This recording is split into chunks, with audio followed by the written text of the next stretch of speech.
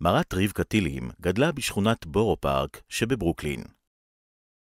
I don't remember how old I was. I think I must have been about 13 years old.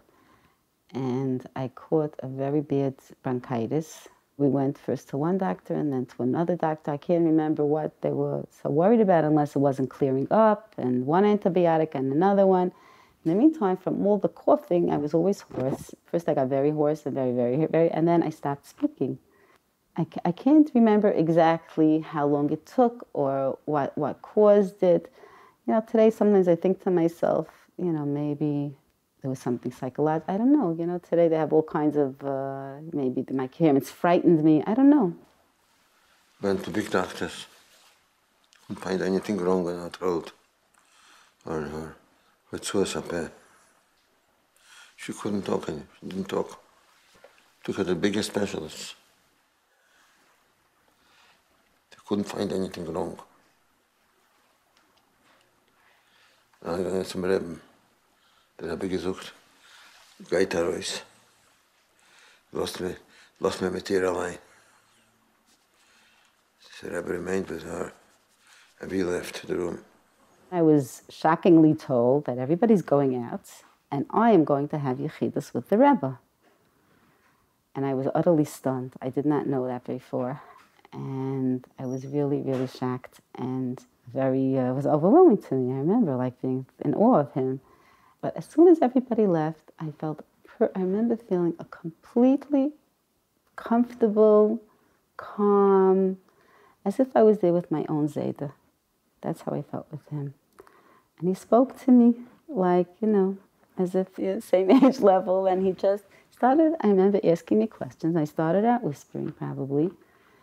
And he spoke to me, he kept on talking to me. He asked me what I like to do and how old I am and what I do in my spare time. I just remember having a conversation with him. And what do I want to do someday? And I said I love little children, and I hope someday to be a mother of children and take care and teach young children. And the Rebbe said that was a very good goal, that's what I should do. And as we were talking, I started talking stronger. I can't say I spoke regular, but I did start talking stronger. I was sort of mesmerized by his presence. And it was like he compelled me to talk. It's the only thing I can say. It was like he spoke and I answered. I can't explain it in any other way. He asked me what could I do now, you know, and I said, well, when I get to a certain age, I can be a benos leader. I'd like to be a benos leader. And, you know, Beis Yaakov has a benos program where Shabbos you take groups of girls and you tell them parsha, and they give out snacks, and this was, you know, they have it all over. And so he said, that's a very good thing. That's what I should do. And he gave me a bracha, and I remember backing out, and my parents, you know, asked me how I was, and I answered them. And of course, everybody went wild, you know. The Rebbe told her, "Sollst dich vernehmen mit Kinder, sollst lernen mit Kinder, like you're doing till now." The Rebbe should help him. She came out.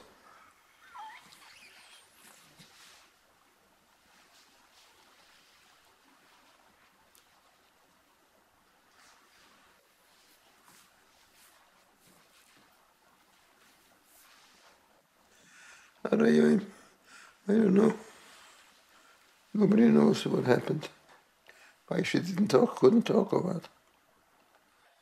Baruch Hashem, she recuperated. She got married. She had 11 children. Before even my parents came home from the Maisa, we got the call from just somebody that your sister is talking. Now, she had not been talking I don't know how many months or more, and it was a terrible situation, and we knew that she was going for the Rebbe, and somebody called to say your sister is talking. I don't know who picked up, but it was like, what are you talking about? She's talking. No. It's not. How do you know? She was by the Rebbe. She came out talking. How do you know? I said, what do you mean? How do you know? The whole 770 came to a complete standstill. And we were just waiting. Is it true? Is it true? Is it true? And we just waited for my sister walked in. So, are you able to talk? Are you talking? She says, I'm talking. And it was just, you know, shocking, absolutely shocking to hear her talk. After that, it was Baruch Hashem. I slowly got better and went back to school, and everything was fine. I was too young at that time to be a Benos leader, but I remember when they came around asking for volunteers who would be a Benos leader, because I was waiting for that to happen. And I raised my hand, I jumped up, I said, oh, I can fulfill my shalichus that the Rebbe gave me to become a Benos leader, and I was a Benos leader. And I could tell you that the Rebbe for sure affected my life in many ways, because I happened to be a very good student, and I was encouraged to go to college and to make something for myself. I make money, and I always had a feeling that that wasn't for me. I wanted to go to seminary, and my parents were very against it. And they didn't understand. What do you need it for? Get an office job then and make some money. I said, do you remember I told the Rebbe, you know, that I want to teach young children? The Rebbe told me that I should teach young children. You know what? It wasn't so easy to get a job. And you know what? I, Baruch Hashem, was matzliach. And my goal was to marry a ben Torah.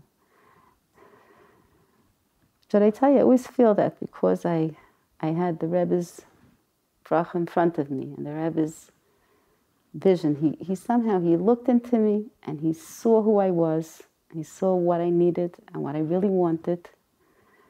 And I really feel that he had that hashpah in my life.